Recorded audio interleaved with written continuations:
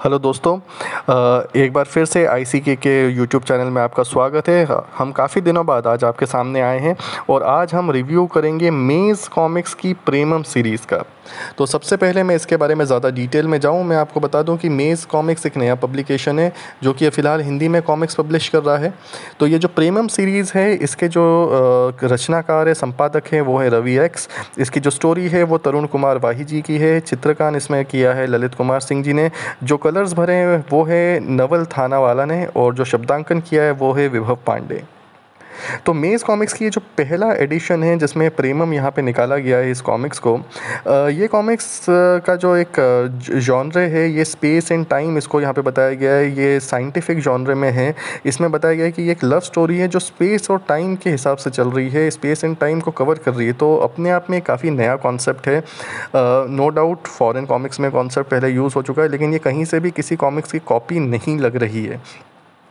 अगर मैं इस कॉमिक्स के बारे में आपको थोड़ा सा बताऊं विदाउट ज़्यादा स्पॉइलर दिए, बिकॉज उसके लिए आपको ऑब्वियसली कॉमिक्स को पढ़ना पड़ेगा। तो कॉमिक्स के अभी तक हमें कहानी के जो दो मेन कैरेक्टर दिख रहे हैं यहाँ पे, एक कैरेक्टर है जो कि हीरो है हमारा, उसका नाम है यश। और जो मेन उसके सामने उसकी अपोजिट हीरोइन है जो उसकी प्रेमिका है, उसका नाम है मीरा। तो जो बेसिक मैं आपको थोड़ा सा आइडिया दे देता हूँ कि यश एक्चुअली एक चोर होता है, एक चेन स्नैचर होता है, और वो एक सोशल वर्कर होती मीरा जिससे वो प्यार करने लगता है।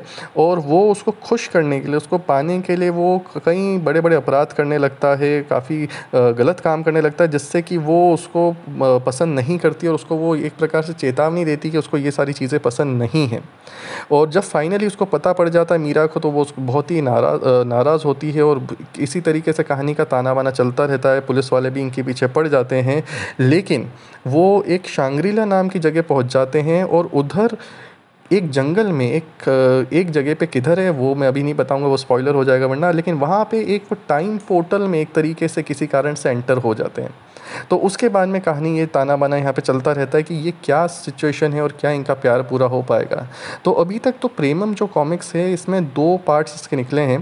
पहला जो पार्ट है, पहला एडिशन है, उसका नाम इन्होंने रखा है ते करके।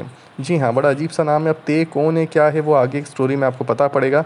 और जो दूसरा पार्ट है इसका, उसका इन्होंने नाम रखा है तामसा करके।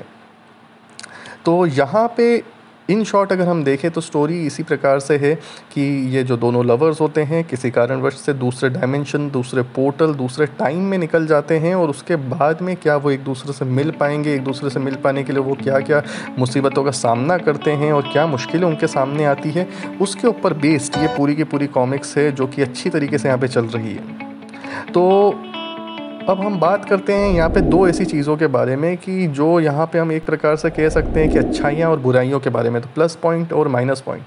तो पहले मैं इसके प्लस पॉइंट बताऊँ, पहले मैं एक दो माइनस पॉइंट के बारे में बात कर लूँगा। माइनस पॉइंट मुझे सबसे ज़्यादा यही लगा कि मेरे पॉइंट ऑफ व्यू से इसके पेजेस थोड़े से मुझे कम लगे हर इशू में। अब क्या कितने कम है एग्जैक्टली कितने पेजेस, अगेन वो मैं अभी नहीं बताऊंगा, क्योंकि अगर मैं अभी बता दूंगा तो हो सकता है कि कोई लोग जो खरीद रहे हो इस कॉमिक्स को वो शायद खरीदने के पहले दो बार सोचे। तो नहीं, मैं खाली बोल रहा हूँ मेरे ओपिनियन में, मेरे व्यू में थोड़े से पेजेस ज़्यादा होते पर इशू में तो अच्छा रहता, वरना और कोई बहुत बहुत बड़ी बात इसमें नहीं है। और वही वाली बात है कि पर इशू प्राइस भी है वो ऑलमोस्ट 199 रुपीज़ की है। बट देन अगेन हम राज कॉमिक्स और दूसरे उसमें देखें जो कि वापस से रीप्रिंट वगैरह कर रहे हैं, तो देन अगेन मेरे हिसाब से उस पॉइंट ऑफ व्यू से देखा जाए तो ये प्राइस टोटली जस्टिफाइड है। बस अब मैं यही चाहूँगा कि इसके जो दूसरे पार्ट्स हैं वो बड़े जल्दी निकाले जाएँ। अब इसके अच्छे पॉइंट्स के बारे में बात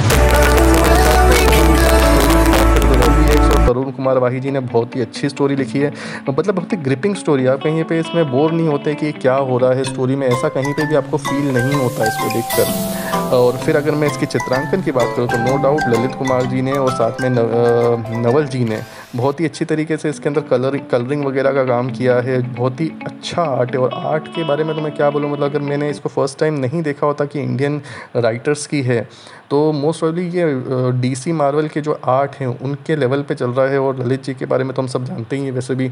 तो बहुत ही अच्छा, बहुत ही उम्दा लेवल का आर्ट है जो कि अभी इंडियन कॉमिक्स में कहीं और देखने को आपको मिलेगा नहीं। और सबसे अच्छी बात है इन्होंने जो टिपिकल जो मार्वल और डीसी कॉमिक्स को उन्होंने एक प्रकार से अपनी बोलते हैं ना एक ओड देने के लिए यहाँ पे उन्होंने उनको एक जो कवर्स बनाए हैं, इसमें अलग अलग कवर्स उन्होंने बनाए जो मार्वल और डीसी से प्रेरित हैं, तो वो बहुत ही अच्छे लग रहे हैं, बहुत ही प्यारे लग रहे हैं इसके अंदर। और मुझे कहीं पे भी ऐसा नहीं लग रहा है कि एक प्रकार से कोई कॉपी है, नहीं, इंस्पिरेशन में भी उन्होंने एक प्रकार से अपने तरफ से एक रिस्पेक्ट पे किया, एक होमाज दिया है, लेकिन कहीं पे भी कोई कॉपी नहीं है। एंड पेपर क्वालिटी है की बात करूँ मैं या प्रिंटिंग की बात करूँ, कहीं पे भी मुझे इसमें कोई कमी एज सच नहीं दिखाई दे रही है, बिकॉज स्टोरी पेस इतनी अच्छी चल रही है कि पहली बात तो आपको कहीं और ऐसा कुछ अजीब गरीब लगता नहीं है। और कलरिंग की बात, आर्ट की बात, मतलब सब एक दूसरे को कॉम्प्लीमेंट यहाँ पे टोटली कर रहे हैं। इवन जहाँ तक डायलॉग्स की बात है तो डायलॉग्स के अंदर भी कहीं पे जो बोलते हैं ना, वो जो यश का जो कैरेक्टर है जिसमें वो बिल्कुल एक दिल फेक आशिक के समान लग रहा है, तो कहीं कहीं पे उसकी शायरियाँ निकल जाती है, लेकिन कहीं पे भी कुछ चीज़ ऑड नहीं लग रही है, ओवर दी टॉप नहीं जा रही है, बहुत ही अच्छी तरीके से बिल्कुल ये बोलते हैं ना जो चीज़ें कहानी में फिट हो रही है उसी के अकॉर्डिंगली यहाँ पे दिखाई दे रहा है। तो ये स्टोरी बड़ी अच्छी तरीके से चलती जा रही है। अभी तक 2 पार्ट्स इसके अंदर आए हैं। अगर आप इसके कवर को देखेंगे तो सेकंड वाले पार्ट में आपको क्लियरली दिखेगा कि यश किसी जुरासिक काल में पहुँच गया है, लेकिन वहाँ पर यश का सामना किन डायनासोर से या किस जुरासिक काल से होगा, या फिर किस प्रकार से उसको वहाँ पे मीरा मिलेगी या नहीं मिलेगी, ये अभी तक कुछ यहाँ पे क्लियर नहीं है और मैं भी नहीं बताऊँगा, उसके लिए आपको कॉमिक्स पढ़नी पड़ेगी।